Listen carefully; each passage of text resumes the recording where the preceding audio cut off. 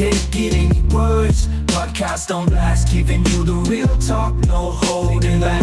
Can't get any worse, we'll make you see. There's always a silver lining.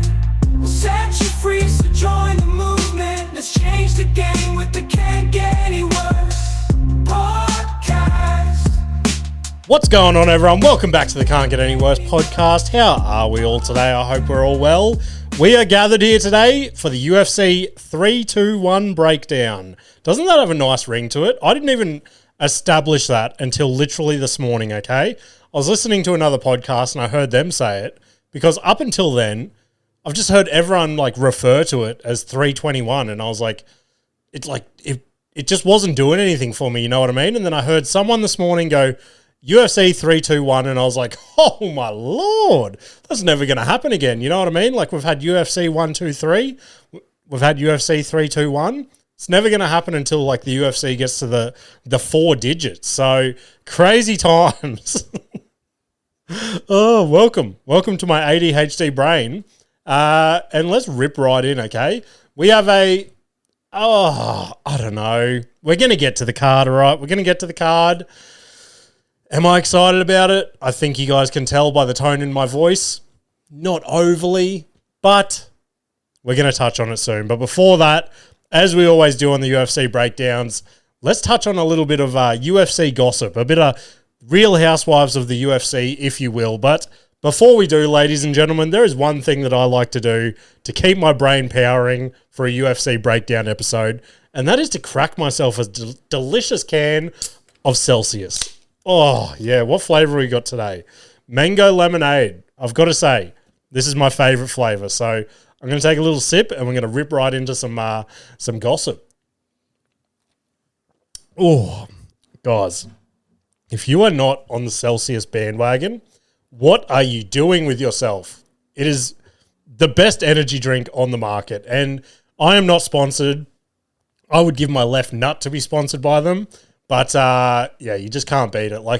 I went to a servo the other day. I had to buy a Monster because they were out of Celsius. And it was just, I just felt the chemicals and shit just flowing through my body. I was like, this is not for me anymore. I'm a finely tuned boxing athlete.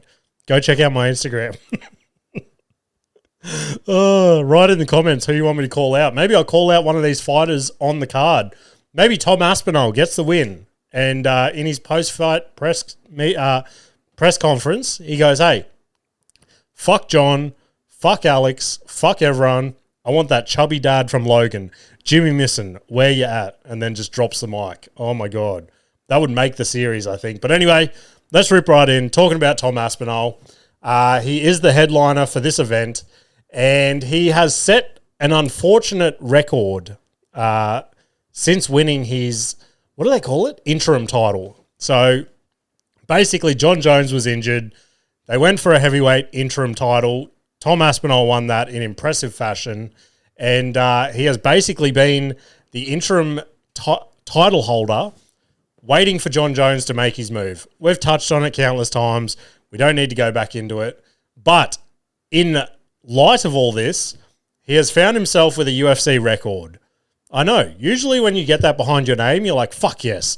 The quickest knockout in UFC history, the most submissions in UFC history, most cage time in UFC history. Nah. Not Mr. Tom Aspinall. You see, the record that he has gone and broken is the longest reigning interim title holder in UFC history.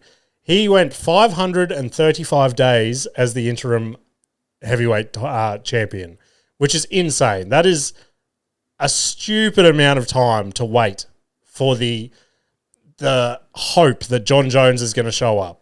If I'm putting my career in the hands of someone, it's not going to be that psychopath Jon Jones, okay? And I say that lightly. Everyone knows I fucking love Jon Jones. I love Conor McGregor. I love all the bad boys of the UFC, okay? That's why I watch the UFC, just for the drama. I tell you what, if there was a... Dana, are you listening? Here's a pitch for you. If there was a show that just captured all of the out-of-cage antics, all the drama, all the arguments, all the fucking arrests, all that sort of shit, and you just sold me that and I didn't have to watch the fighting, I'd probably buy it. I'd probably subscribe, you know what I mean? Because part of me, some fight cards, I watch it and I'm just like, God, the story was just so much better than the event. But look, don't get me wrong. I love to watch the scraps as well. So you can't have everything, can you? But anyway, that's that. So now he's finally, Jon Jones did his big retirement thing. We touched on that. And now Tom Aspinall is the heavyweight champion and he's defending his belt, okay? Now, I think, and again, we'll get into this in a bit more, but to lead into the next topic, we need to touch on it a little bit. Tom Aspinall is versing Ciryl Gane. Ciryl Gane, right? Ciryl Gane. Most people say it as Gane, but I don't know if that's because they have an American accent. Anyway, he is a great fighter, okay? Ciryl Gane is an amazing fighter, amazing body. You look at him, you're like, yep, that is what a heavyweight fucking UFC fighter should look like. But he just has this thing where when he's in big fights, championship fights mainly, he just freezes. He forgets how to fight. He just has the worst performances in history. I'm talking about Francis and Jon, which again, you put me up against either one of those, I'm going to crumble as well. Those are, you're talking about two of the heavyweight goats of all time. So on one hand, I don't blame him. On the other hand, this is his third title shot. He needs to fucking step up. Otherwise, I think Uncle Dana will pull him aside in the dressing rooms after and go, hey, bud, I think your time in the UFC is pretty much done. But in saying that, on the flip of the coin, Tom Aspinall has to come out here and he has to finish Ciryl Gane, who I just said is an impressive fighter. He needs to finish him in definitely the first round, but to prove a point, within the first minute. Let's give him 2 minutes as a buffer. If Tom Aspinall finishes Ciryl Gane in the first 2 minutes, that is best case scenario for Tom Aspinall, all right? Because he has gone this entire time going, I'm waiting for Jon Jones. I'm waiting for Jon Jones. Jon Jones' last opponent. No, was it his last opponent? Anyway, Jon Jones beat Ciryl Gane for the heavyweight title, okay? And he did it in like a minute and a half. Crazy, crazy shit. Now, for Tom Aspinall to have any reason to be still having an excuse to go, I want to fight Jon Jones, he has to now beat Ciryl Gane in more impressive fashion. He needs to almost do a Conor McGregor 13-second KO, okay, for us to go, holy shit, we need to see Jon versus Tom Aspinall. Because, now this is where I was getting to, the man, the myth, the legend, the savior of the UFC over the last 5-6 years, okay? Some would argue if he had a bit more banter and things like that, he would be the face of the UFC. Now, he has become the face of the UFC purely off the back of his own skill. And I would argue that he is potentially the only superstar in UFC history to have done that. You know what I mean? Like, you've always got to have the trash talk. You've got to have a look about you. You've got to have something. Alex Pereira rocks up, stone face, fucking does what he does, knocks people out, and then just goes, all right, who's next? Anyone, anytime, any place. And it's fucking scary to see, okay? Now, he got a win last weekend or the weekend before, and impressive fashion. We went through it. Crazy, crazy knockout. The beast is back, okay? He proved us all wrong. He showed us that he was sick in that first fight, and now he's ready to fuck up motherfuckers again. And he wants to fight none other than Jon Jones at the White House. That is tough to argue. If Jon Jones wants to come out of retirement, I'm like, I would love to see Jon Jones versus Francis. That's my fight.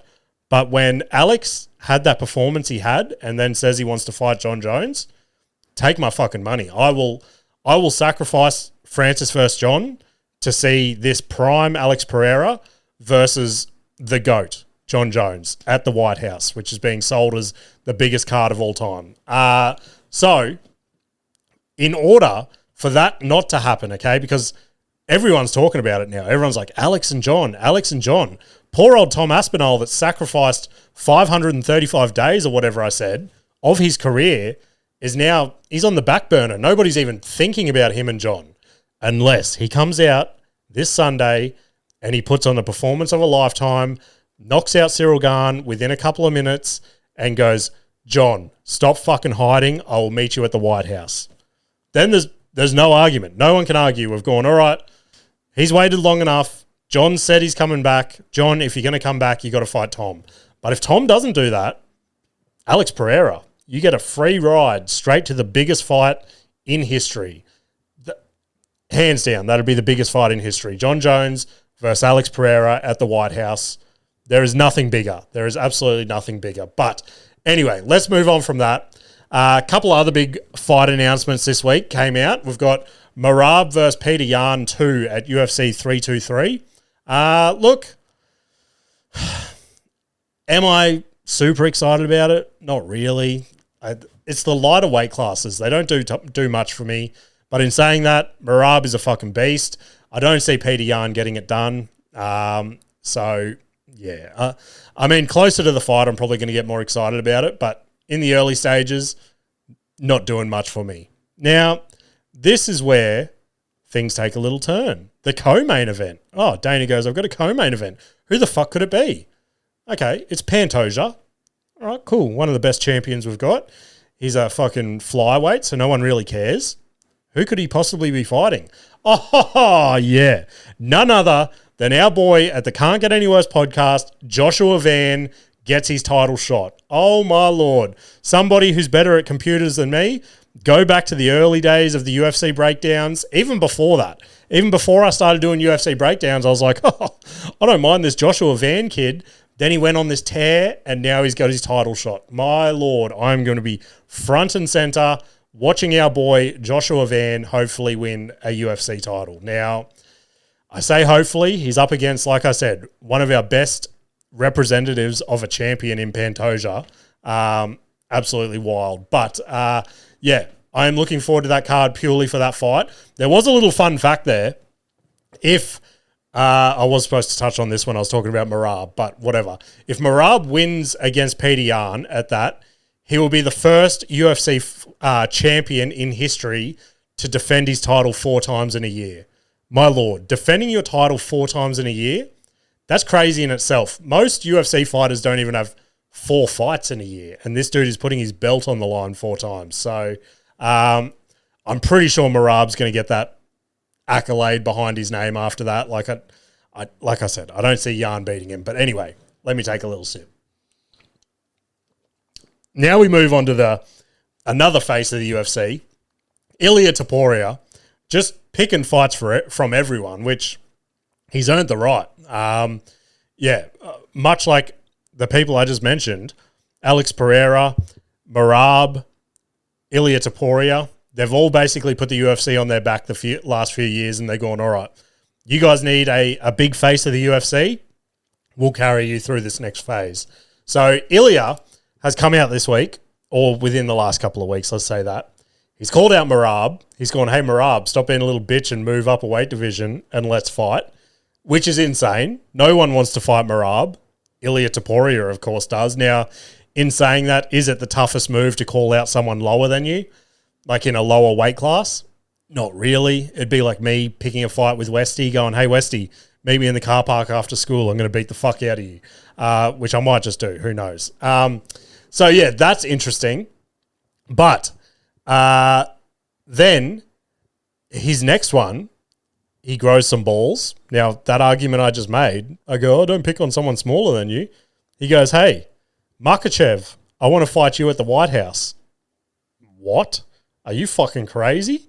I think that is, I haven't got the pound for pound list in front of me, but I think that is pound for pound 1 and 2 at the moment. I think Makhachev's number 1, and I think Topuria might be number 2, which would be insane as well. That'd be a crazy sell for the UFC. If Conor keeps his antics up, God, that would be incredible to see a Jon Jones versus Alex Pereira main and an Ilia Topuria versus Makhachev co-main. That, like, just saying that out loud, huge fucking card. So who knows? But speaking about Makhachev, I'm giving him the title of best tweet of 2025. Okay, I was not expecting to see this when I went on Instagram and I saw a caption of Islam Makhachev tweets, and he said this tweet, and I'm like, holy shit, that's some like Conor McGregor type stuff. Makhachev, where have you been hiding? You've been up in the Russian mountains just concentrating on your tweeting. So I want to get this right because it was It was fucking unreal. Where was it? Oh, this is his tweet. I need some new haters because these ones are starting to like me. My lord, that is fucking cold as ice. Like I said, that's some vintage Connor type stuff. But yeah, Makhachev, I'm certainly not a hater. Look, I'll put my hand up right now. I am one of those haters that is now a fan. So yeah, shout out to Makhachev. Speaking about Connor, I think it's already out there. He's currently on an 18-month suspension due to some form of doping or steroids, something like that. But we all saw his legs snap in half, and there was no way he was getting back from that to his 100% original self without injecting something in his body. And we all saw the photos of him just getting absolutely fucking jacked on yachts and shit. So I don't think it's any surprise, but he's on an 18-month ban right now. And you'll never guess, that ban stops 3 months prior to the UFC White House card. So that gives him a 3-month camp up to the White House if that's the way they go. So interesting to see what comes of that. Last little point I've got, I think we have to, just because he was a staple in the MMA community. You might not have ever seen his face or anything, but you definitely would have heard his name on broadcasts, or if you listen to like UFC podcasts or stuff or anything. Duke Rufus, who was a MMA trainer. From what I've heard, he was like, him and his brother were legendary kickboxers back in the day. So he died like a couple of days ago. He's only 55. So yeah, pretty sad to see all these fighters and shit. Like Sergio Pettis is the main one. He's like, I've been with you every day since I was like 11 or something. Now he's 35. He's like, it's fucking crazy. Yada, yada, yada. So RIP to one of the best trainers the UFC's seen. And I guess we need to rip into this card. So take a sip of my little delicious Celsius and we'll rip right in. Now, as you guys could tell in my tone at the start of this, I'm not overly sold on this card, okay? I'll put my hand up.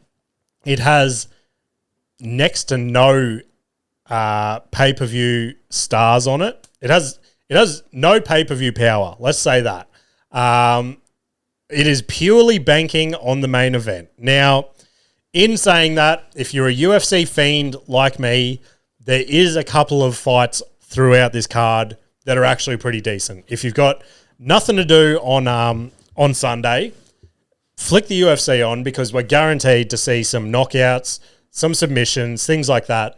And these are the type of cards where, much like Joshua Van we were talking about earlier, I saw him on potentially a card like this and I was like, fuck yeah, this kid's got some skill. So maybe watching this on Sunday, we might find our next superstar that we can all follow together. Much like Atiba that we're following now in the middleweight division. So yeah, let's go through them. We'll see if we can find a superstar together. Let's kick off in, I've said this before, but potentially my least favorite weight class in UFC, the women's strawweight division. We have Jacqueline Amaram versus Mizuki Inu. So Amaram is a jiu-jitsu finisher, and she's got quite a few submission finishes in her arsenal. So because of that, I'm not going to go much more into that than that. She is the underdog in this card, and the first fight of the night, I am picking the fucking dog. So I am going. Oh wait, no, I fucking misread that. No, she's not the underdog. Okay, she's the favorite. Don't worry, I got no fucking money for you there. But if you do want a bit of money, go Amaram by submission. That'll get you over the $2 mark. So that's my first one. Then we go to the flyweight division. We have Azamat Murzakanov versus Mitch Raposo. So we spoke about this Mitch character. I don't know if it was last pay-per-view or maybe the one before that, but he's on a pretty quick turnaround. So yeah, I'm going Muxum on this one. Last time I saw Raposo or whatever his name is, he didn't really blow me away. To be fair, I think this fight's going to be a boring ground-out decision. So let's move right on. Now, this one is one of the fights that has me fucking excited. I will be on the edge of my seat watching this one. We go to the big boys. We go to the heavyweight division. We have Hamdi Abdulwahab versus crowd favorite Chris Barnett. Chris Barnett, oh God, he's incredible. He's this giant, pardon my French, fat dude who is just like somehow athletic as fuck. Like he's a gymnast in a fat man's body. He does like backflips and shit, cartwheels. It's crazy shit. So yeah, I'm going our crowd favorite. I'm going Chris Barnett by KO. I reckon he's going to get a finish in this one. To be fair, I think he needs to get a finish just to obviously we all like him because of his antics and his like cartwheels and shit, but I think he just needs to come out and he needs to go, okay, at the end of the day, I'm a fighter. This is what I'm here for. So I'm going Chris Barnett by KO. Barnett is paying $1.95, so he's a slight underdog in that. But yeah, let's go Barnett by KO. Featherweight division, we've got Nathaniel Wood versus Jose Miguel Delgado. Wood is... Okay, so Delgado is a fairly well unknown. That's why he's the underdog. And Wood is... What have I even got written up there? I can't even read what the fuck I've written behind this one. So let's just go to my decision. We're just going Wood by decision. Again, I don't know. Again, we don't know if this Delgado guy... I kind of want to switch that up on the fly, eh? I kind of like the look of him, this Mexican dude. Yeah, let's do that. Let's get interesting. I'm going to go Delgado at $2.55. There we go, an underdog on the fly. We did not expect that. Then we go up to the heavyweight division again. Is that... Oh, hang on. My screens aren't lining up. Maybe there's been a change in the card that I fucking didn't see. Uh-oh. Yeah, I think there's been a change in the card. This is good to work out live on air, isn't it? What the fuck? The UFC website is... I don't want to blame the UFC, but it has just glitched out randomly. So I am just going to refer to my run sheet and work out what is good. If some of these fights are no longer on the card, I apologize. But as of last night when I did this run sheet, it was not looking like this. So anyway, as per my run sheet, we go into the lightweight division. We've got Abdul Karim Al-Salwadi versus Mateus Camilo. So Camilo is a young up-and-comer. He's a prospect, if you will. And I think he's going to be too much in this one. I think Abdul's just going to want to wrestle and things like that. So I reckon Camilo's going to get him on a KO. He is paying $1.45. So favourite for you there, unfortunately. Then middleweight division, we go Ikram. This one's going to challenge me. Aliskerov versus Park Jun Yong. So I've gone Park in the past and he's scarred me, okay? I've picked him and he's let me down. He's also paying $3.60, which scares the fuck out of me. If you're paying $3.60, the betting gods are not in your favor, my son. So because of that, I am going Ikram. I'm going to pick him by, let's go double chance on Sportsbet, by KO or submission, by a finish, okay? Don't know what that's paying. He's paying $1.28 outright, so let's just go with that. Then we go to lightweight division. We have Ludovic Klein versus Metis Rebecki. Let's just say Rebecki, like Toadie from Neighbours. Because of that, Rebecki actually, he is a name that's been jumping out lately. I have been vaguely keeping an eye on him, but not as much as I should. But I've seen a couple of his highlights and things like that. I think he's probably going to get this one done again. So yeah, I'm going to go Rebecki by decision. He is paying $1.77. So a little bit of value there, but not too much. Then let's get to the main card. All right, this should be as per my run sheet. My Lord, what the fuck happened there? Okay, we kick it off. Light heavyweight division. We've got Aleksandar Rakić versus Azamat Murzakanov. Rakić is the one that I know the most about, okay? He is super technical, super disciplined, just straight down the barrel.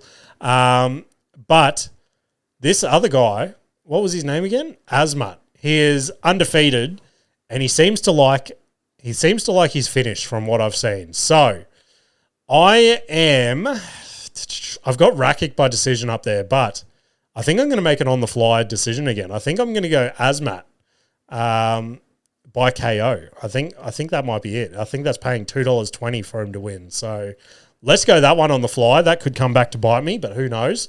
Then we go light heavyweight again. Alexander Volkov versus Jailton Almeida. Fuck that up royally. But I do like Almeida.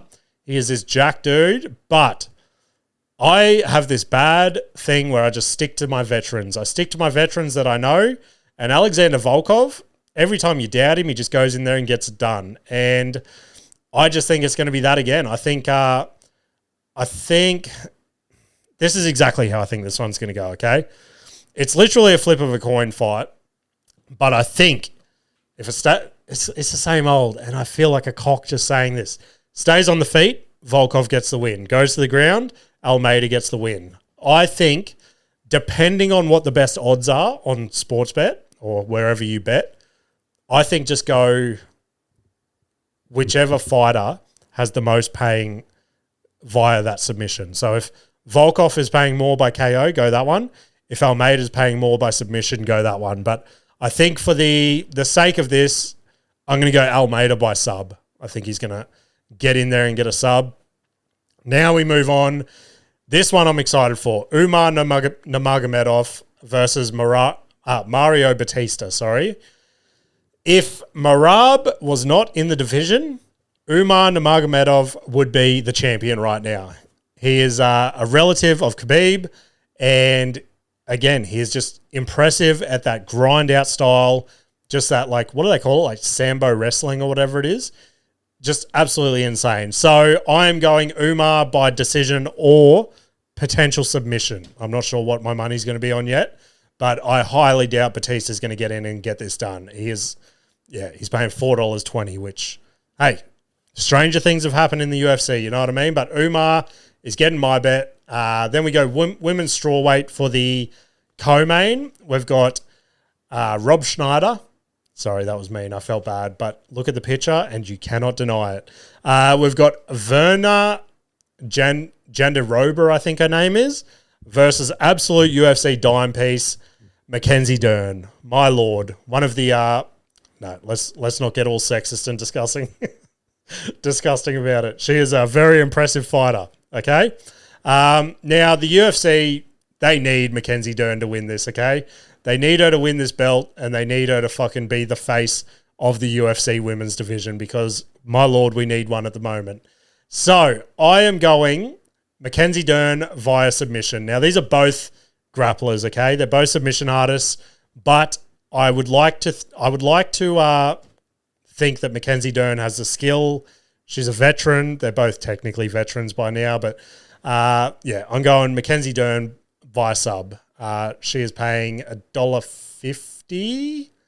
$1.50. That's just for the straight out win. So I don't know what she's paying for sub, but give it a little tickle. Now we go on to the main event. We have Tom Aspinall, the current heavyweight champion, versus Ciryl Gane. Now, odds for this are closer than I expected, to be honest. Tom Aspinall is paying $1.55 and Ciryl Gane is paying $2.35.